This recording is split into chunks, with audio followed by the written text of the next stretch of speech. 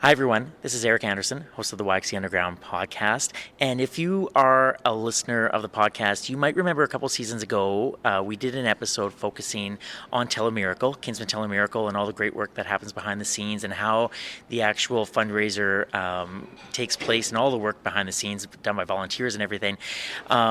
As you might know, this weekend is the 50th anniversary of Kinsmen Telemiracle. It's going to be a big show here in Saskatoon, and there are guests from all over the country that are going to be here promoting it and celebrating it.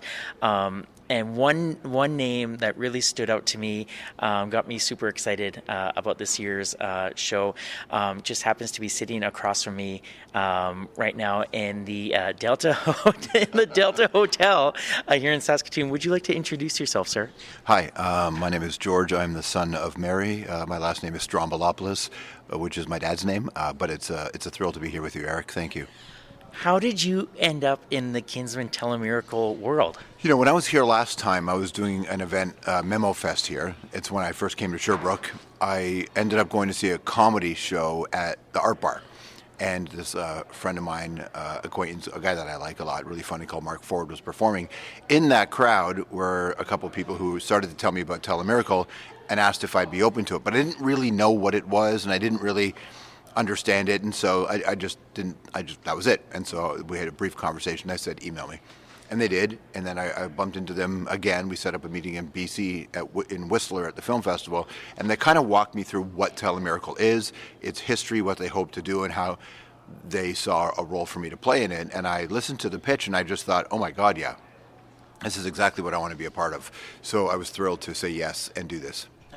That's just awesome. Most of what happens in my life, man, is actually organic, because I don't really read my email, and I don't really I don't want to be that accessible. I say no to most things. I just, I stay locked in my place, and I write these videos, and I make these videos, and I'll do interviews, and I'll travel a lot for work. But generally, it has to feel so natural for me. I won't do it for the sake of it. Nothing, for better or for worse. And so, but this one was an easy yes. This one was an easy yes to do. Do you remember then, like when you were in Whistler learning more about the pitch, was there something about the Telemiracle, the telethon, that really that just sort of stuck with you? The spirit of the people, in that everybody comes together. Look, we live in a culture that celebrates youth and abandons the elderly and abandons the vulnerable. I know we like to talk like we don't do that, but the stats are the stats. And when I heard what the Kinsmen and the Kinettes do, I just went, oh, like actually giving pride and dignity to vulnerable people, but don't look at them as vulnerable people. Just look at them like there are brothers and sisters and mothers and fathers and grandparents, right? And it really hit me just how much, and you know how I feel about this province, so people come together here, and you look at how many people participate. There's going to be 2,000 people walking across that stage in the next 20. 2,000 people. That is an insane number. Like, I've been in shows where you have that many people in a room, but you don't have 2,000 people walking across a stage. The scale of this is so impressive, and so that's what really hit me. Just really good work. Dignity is a big part of this for people, the recipients. So much dignity, and just the scale. I loved it. I love the word dignity, and it's something like at Sherbrooke, we have been the beneficiaries of so much of that generosity from Telemiracle, whether it's equipment for our residents or like residents getting specific things. Like we have a resident named Brad, and he got a new wheelchair in October, and you talk about dignity and just the fact that he's able to move around easier, and he takes great pride in his motorized wheelchair. He loves the fact that he's got gotta pink. have your wheels. Gotta have your wheels. Wheels means freedom. Yes. Yeah, wheels means freedom. Wheels means autonomy. You gotta have your wheels. I respect it so much. And the fact that there's his wheels are pink and turquoise, it's just. But yeah, the dignity thing is so interesting, because you're right, and I'm thinking about the video that you posted last night on your Facebook page and on your Instagram about the. Do you remember, I know you have a long relationship with long-term care dating back to when you were a kid, but is that something where, are we losing some of that dignity, or is it just being, misplaced, or what Have you seen it change? I don't know. I don't know the answer to that. I don't know that there's one answer to that question. I think that I was raised in a blip era, right? So if you're a Gen Xer, you're in this blip era where you saw kind of impending doom. We were coming of age with it's this funniest thing about being a Gen X kid. You're coming of age with the threat of nuclear annihilation all the time, right? Because it was in the news all the time. Our TV movies that would air were about that, movies like The Day After. You're coming of age sexually when the AIDS crisis is hitting. So it's the Reaganomics, Mulrooney, Margaret Thatcher run, apartheid. So, and we were very much plugged into what was happening around the world. And a lot of the artists that I listened to music-wise and the filmmakers that I watched, they come from the late 70s into the early 80s, so it's the punk, post-punk. So there was a lot of real talk about the grimness of what was happening, but there was hope. We were fighting, and they were fighting to end apartheid. The Berlin Wall was going to come down.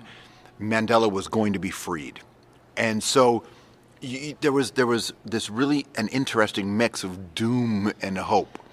And so I come from that era where the expectation on me from myself is you can lean into the doom, but you must have hope. I call it hope with dirt under your fingernails. You have to have hope, but you got to do the work, right? And hope is not a plan, but I do think it can be part of the architecture of what you do. So that's my long-winded way of starting to answer the question, which is I come from an era where my expectation is you have to do the thing. Now, because we live in a world where the division has always been there, but the division is heavily funded, and it's heavily funded on one side, right? The extreme right-wing version, which has now mixed its way into right-wing politics, has changed the tenor of the broadcast. So you got a lot of people just dumping down on vulnerable people as if they're to blame for the problem. And then if you did a little research, you'd find out who's actually funding them, right? So I don't think that the dignity has been misplaced. I think that the dignity has been targeted. I think there's lots of people who want you to blame other people for the state of the country as opposed to blame the real villains. And I'm not one of those lefties who doesn't think there's villains. Oh, there's villains, right? Progressives are particular, especially if you're a Gen X progressive. But so I think that lots of people are growing up and they're participating in the good stuff in this culture. You just don't hear as much about them because so much of the energy is being invested in how broken everything is, and I don't really think that that's helpful. No. Right? And so that's why something like this in this province. And the work that I try to do in the different places I go around the world I'm not going to be dissuaded by the cynicism or dissuaded by the villainy of our modern times. I just do what I can. Yeah. I cannot change the world, but I can make as much of an effort as I can in doing my part, and I know other people can, and I'm just one tiny part like you are of a whole group of people who care. But I do think there's a lot of money being targeted towards taking dignity. You have these gigantic leaders of the movements. I'm talking particularly if you talk about the center right and the right. You talk about how empathy is a flaw of humanity. This is what Elon Musk and Peter Thiel talk about. Elon specifically is saying that, in a round. So if you have all this money being dumped into the power of the individual, but what you're supposed to do with that individual power is to protect yourself and go after everybody else, well, then you're the problem. And so we have to fight against that. We've never had to fight against that in the way we are today. This is a new thing, I believe, because social media is, for all it's good, is also so garbage in so many ways. Yeah. You mentioned too empathy, and it's one of my favorite words. And I feel like Telemiracle does something where it breeds that empathy because of the stories it tells, and you meet so many people and. Like, I remember being a kid watching it at home in Swift Current and, like, seeing these stories up on my screen, and you place yourself in another person's shoes, and you're like, oh, my gosh, like, the impact is really going to change their lives for the better. This, I know this week is very busy for all of you hosts, but have you met some people during your time this week where you're like, oh my gosh, like I like this fundraiser in Saskatchewan is having like such an impact on people? I don't think you can separate this province's last 50 years without talking about Telemiracle. I mean the amount of money raised, but even more so, going back to what you talked about watching this as a kid, that we are shaped by what we see, good and bad. And if a point of pride for you as a kid and a point of pride for the province isn't connected to a negative thing, but connected to the power of the collective, oh my gosh, that's going to bake itself into you.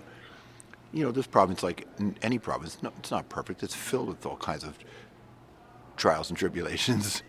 Some brought on by each other and some brought on by a system. But there still is this idea, someone's in need, we can help, let's do it.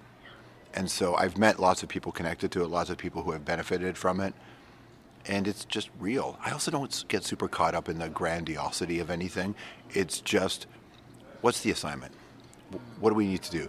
We need to raise this much money so these people can get something as powerful as a motorized wheelchair to something as simple as a bar to put in their shower so they can actually, or in their bathroom so they can go to the bathroom with dignity and with some independence. That bar costs $25. $25. $25, which changes the world. Look, we should not even have to have this. There's no intellectual or moral reason why something like this should exist. There's plenty of money in the system.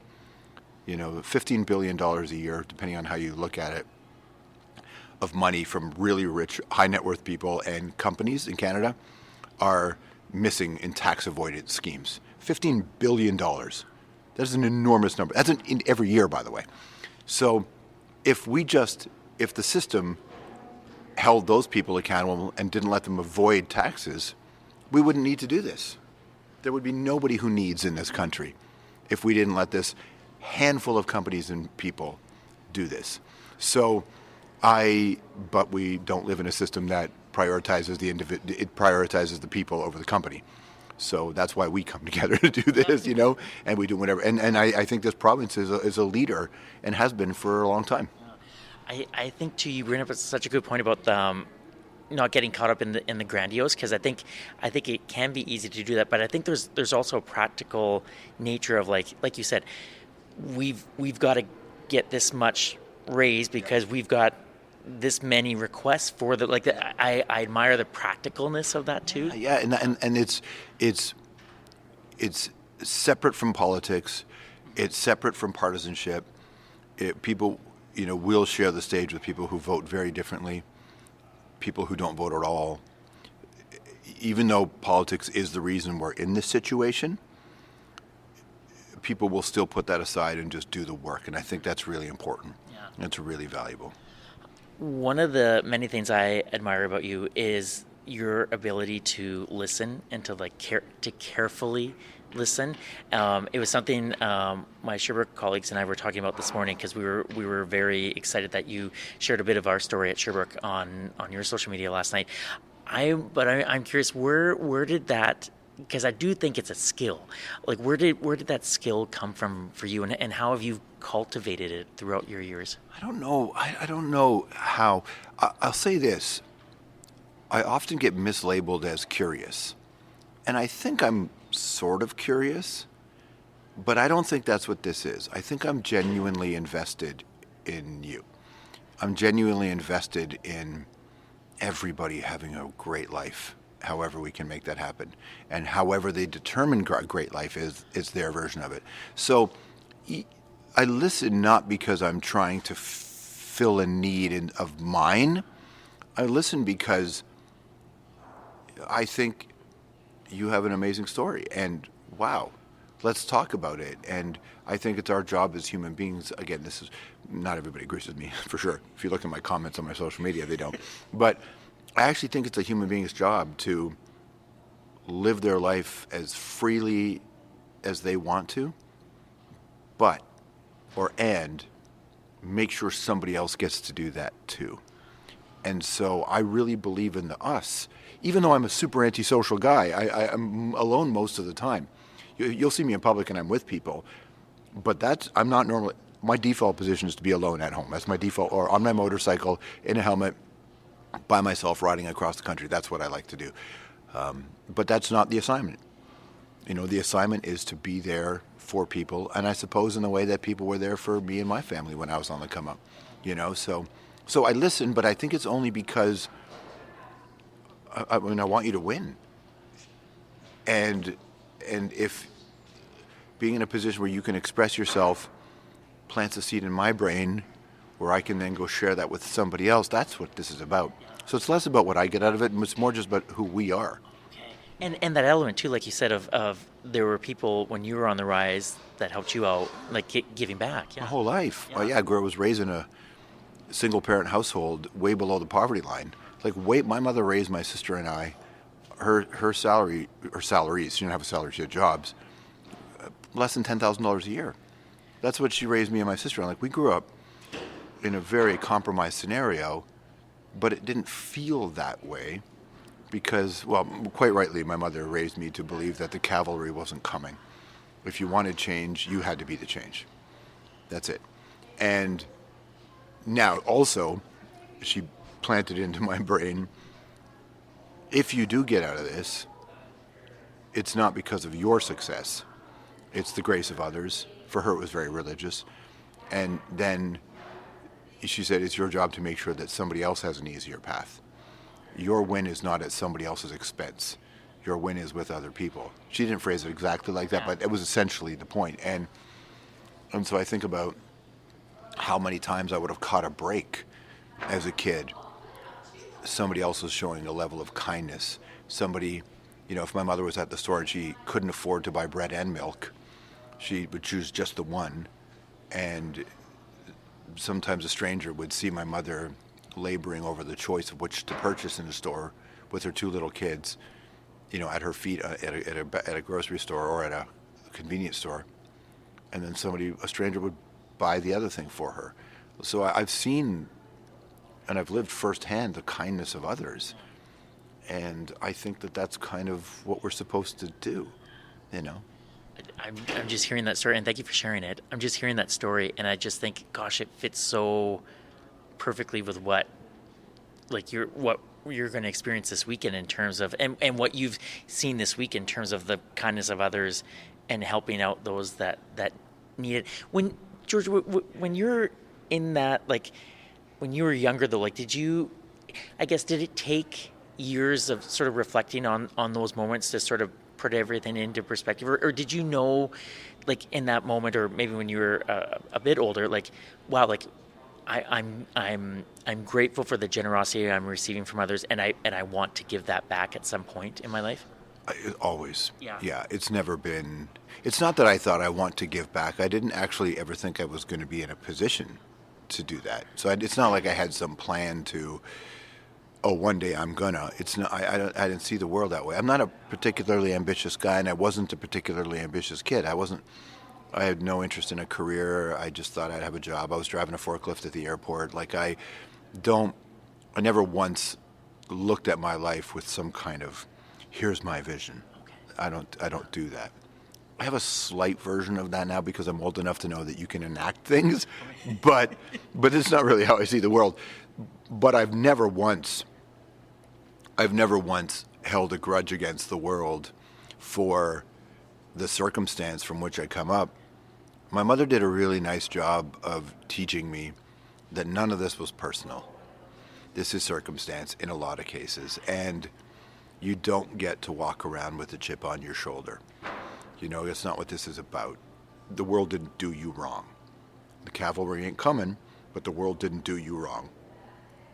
Sure, some things went wrong. Sometimes people did bad things to us to put us in this situation, but relative to the love that I had in the home, I feel like I had the best childhood you can imagine.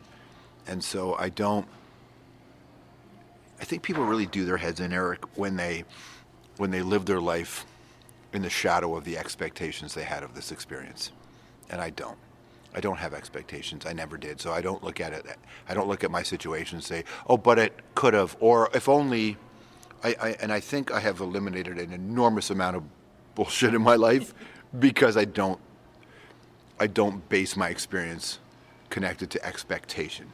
What is the scenario? What do I do?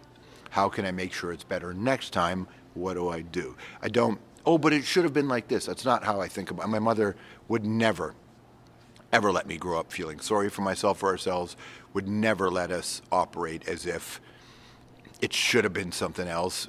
It should have been, sure, but that in $5 is going to get you what at a store? Not even a coffee anymore.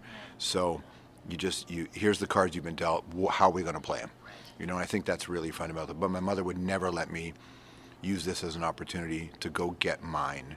This is not about you have to now game the system. No, you're not gaming anybody. We're working together here, and I think that's had a huge impact on me for sure. Do you see that type of spirit not only within like Saskatoon, Saskatchewan, but like you said, like you were just in South Africa before. You do so much traveling. Are you still able to see that type of that spirit in terms of I'm going to make the best of what I have, and do you still see that everywhere? Yeah. That's the thing. It's everywhere. It's for generations before us, and it'll be generations after us.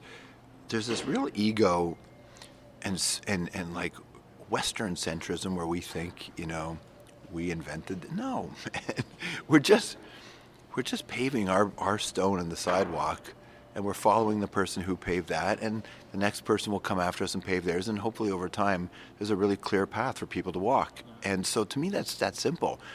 Everywhere I go, I learn from people who are doing this. Everywhere I go. The battle is to fight the cynicism, especially as you get older, because you get older, you just have so much data that makes you not believe in people. And you have so much data that makes it difficult to believe in the culture, and so much data that makes you distrust, for me, the government, but not just, I'm not talking about like the government as a federal government. I just mean the concept of who's getting the breaks here. Something I posted in that video is, what outcome are we optimizing for? Who are we trying to help here? Us or those people, the big companies? And so it's very easy when you have that much data to want to disengage. But who does that help? It doesn't. That helps them because they want us to be disengaged. And I'm talking about a set of laws and policies that mean, and a set of, the enormous amount of money that went into the brainwashing of people to throw the word economy around, like the economy. They don't really know how this economy works. And what a government's role is supposed to be. I'm a big believer that the government's role is to take collective effort and turn it into shared dignity. And I think that's what government ought to do. And that doesn't mean you can't have successful businesses. That doesn't mean you can't have rich people. I'm not against any of that. But it can't be at all costs. If your citizens are struggling, your country's failing. Federally, provincially, municipally, the justice system, the religious organizations, the education system. There's a lot of blame to go around, but there's also a lot of great work being done. And so you focus on where the great work's being done, the progressive work's being done. I see it, and so many teachers are amazing, trying to push against the system. Look at what Sherbrooke's doing in places similar to that, who have either the Eden principles or extensions of that. There's just really progressive ways to make things better for people. Collective effort turns into shared dignity. And so I see that all over the world. It existed long before we were here, and it'll exist long after we were here, as I was saying. But there's lessons to learn, and there's things we can contribute. And I just want that version of the world. Otherwise, I don't like where my head goes if I'm not part of that. If I'm just in it for me, I hate that. I don't respect that. Yeah. And I was just thinking too how you're right. It is still happening, and yet we don't often hear about those stories or read about those stories or see it on TV or whatever. So it's one of the things I love about you is that you are highlighting those voices, you're sharing those stories, and you're sparking discussion. So yeah, I know you try, but I think you're darn good at it. Thank you. You know what happened? Yeah. So of late on my Strombo social accounts, I made a conscious effort to break down the architecture of control. Who is trying to ensure, and what are the incentives for them to ensure that we do not look at each other as brothers and sisters. And why is it important to do that? Which I don't have to explain to people because people do know that. But sometimes when you get caught up in life, it's easy to just believe headlines, believe where the money is going. And by the money I go the investments and making sure we're separate. And by the way, just do a ton of research, not even that much research on how, pick like a handful of companies and investment groups who donate a ton of money into a certain kind of political discourse designed to make sure that we're mad at this group of people as opposed to the real enemies, right? So I just looked at it and went, well, I can sit here and be just another one of the voices railing against that, or I'm just going to explain a little bit about the architecture of control, and then it's not that I'm providing hope, but I'm showing through my travels and experiences that good work makes a difference. And that's it. And then sometimes people just need a little nudge to give themselves permission to do the hard thing. And I believe in that. I know that most people who watch the videos will agree or disagree, and then they won't be in a position where they can do something. Totally fine. But it's just one. You just need one person, two people, a little community and network. That's all we need. And so I try to do what I can, but I had to be conscious of just showcase a little bit of that this does work, because it's easy not to. It's too despair demands nothing of us, and that's why despair is so easy, and that's why people go to despair quickly, because with despair you can sit on the couch with your chips and you can doom scroll with your salty cheese granulated coated thumb and just look at the world and go, that's all sucks. And all that's true. It's all true. I'm just thinking of the bag of cheesies I have at home right now. Yeah, same. You're just like, oh my God, it's all on your phone, and you're just like, and you're watching a video and you're hopping from a recipe to state-sponsored violence to a ridiculous thing that a president says to a racist person. Like, this country has normalized racism towards South Asians in a way that's so unacceptable, but it has. Canada has fallen into this crazy darkness in that place with racism. We've always had it, but this is particularly vocal, and because lots of money is being put into it as well. So I just look at all the reasons why we wouldn't do a thing or why we wouldn't feel motivated to make change, and I am not the kind of guy that falls in line. So what is the narrative? I have a few questions about the narrative. and I think that, again, I'm only playing my part. Everybody does their part. There's lots of people. I grew up listening to The Clash, and I learned a lot from Joe Strummer, sincerely. And so this is a big influence on my life. Yeah. You were talking to about the hard work, and one of the things I've learned about doing this podcast is that there are so many people in Saskatoon that are doing the hard work, and they're doing it because they're passionate about it. But one of the things I've really learned is that I think what's improving is that for years people were kind of in their own silos, and now more people in Saskatoon are working together to combat challenges related around homelessness or addictions, education issues. It's nice to see those people coming together, and I do think sometimes you just need that spark. You need someone like yourself to say, like, what if we thought about things a different way or something? And like you said, it just takes one, and that can snowball into something good. There's no question there, but you made me think. Well, you can't change the world, but what you can do is help somebody on your block. And if enough people help somebody on your block, then the block turns into a kind of block that you like having in your city. Yeah. Do you think the people who are struggling want to? Right? Like, I'm always fascinated by the mindset of people who blame a victim. Blaming a victim is just a weakness in yourself. It's a lack of imagination and a lack of critical thinking to say, hey, why do we think somebody is in one of the worst situations in the country, and why would they choose that? Well, they don't choose that. And there are lots of factors at play as to why somebody would be in a compromised situation. So you don't have to end the homeless crisis in the country. You don't have to solve the addiction crisis on the planet. No one's asking that of us. How can we do this here? Now, because I come, for a lot of people, they either see me as the interview guy or they see me as the music guy. It allows me to reach them in different ways. So the music, it's easy for me to use music as an in or an out to these kinds of stories, because I do believe that these lessons were taught to us in music. These lessons were taught to us in writing and in books, and in film. So I'm just kind of showcasing a little bit about how the things that you used to believe in, you still have them in you, And these are just little keys to unlock that. Yeah. You've been very generous with your time, and I'm sure, yeah. What does the rest of this day and into tomorrow look like for you? And today I'm heading to, after this, I'm going to head to the venue, and we're going to start going through some of the rehearsals and the run-throughs, and then I have some other thing. I don't know. I got here 2 days ago. And it's just been nonstop. I've been meeting the people who've been donating, the sponsors, which is great. Did a bunch of press. Finally going to the venue later today.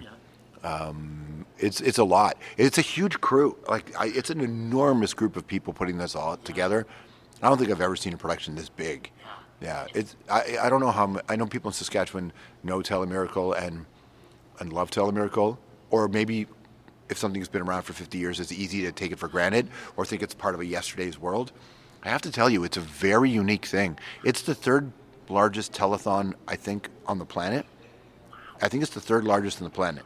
And I think that it's unique. It's very unique. There are telethons all over the country, but there's nothing like this. Yeah, in relative to its place in the province's history, and it's woven into the fabric of this province. It's pretty incredible. It really is, and I'm sure you've heard this story too already in your time here this week. But like people remembering when they were kids, and I know I certainly do, calling in to make your donation and then glued to the television for 2 hours, hoping to see your name scrolled across the bottom, like Eric Anderson, Zipkert. Yeah, like those stories, they were woven in. Yeah, I love that. Yeah, I think it's just beautiful. I think also in an era where it's hard to see what we have in common, it's nice.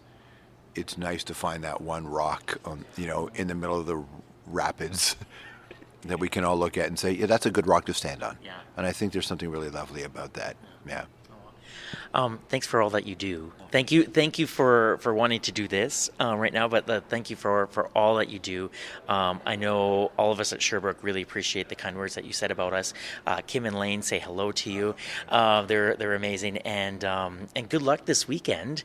I hope you get some sleep at some point. Yeah, I'm excited about it, actually. I can do 20 hours on TV in my sleep. I'm not worried about that. Yeah, it'll be fun. I'm a lot older than I was when I'm 33 or 4 years into this career, so I'm certain that maybe on Monday when I'm on the plane, I might be a little wired or wrecked, and then I get back. I haven't been to my home since November, so I've been on the road since November. So I'm finally flying back to my place for 3 days.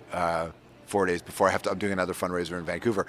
So I'm going to get home for 3 days, and that's going to be strange. What's the first thing you're going to do when you get home? Laundry, man. I have this loft, and I have my laundry machine's outside my apartment on the floor, so it's got laundry. And you know what else I got to do? I have to go replace the battery in my motorcycle. That's probably the first thing I'm going to do. I'm probably going to go get my battery that I had ordered, replace the battery on my motorcycle, and I'm just going to gear up and I'm going to go for a ride, maybe a little bit into the desert, stop at a little diner, get a bite to eat, and just kind of unwind a little bit, get on the motorcycle, ride back to my place, put on some old lady British detective show, fall asleep on the couch with a bag of potato chips in my hand. And then I got to get up in the morning, and I got to go right back to work, So I don't exactly know, but I think that's in some weirdo romantic version of what my day is going to be like. Like my bike the battery's dead. I got to fix that. Yeah. I hope you have a great trip home and have fun at the diner and yeah. Thanks for everything, George. Pleasure. Thanks for having me.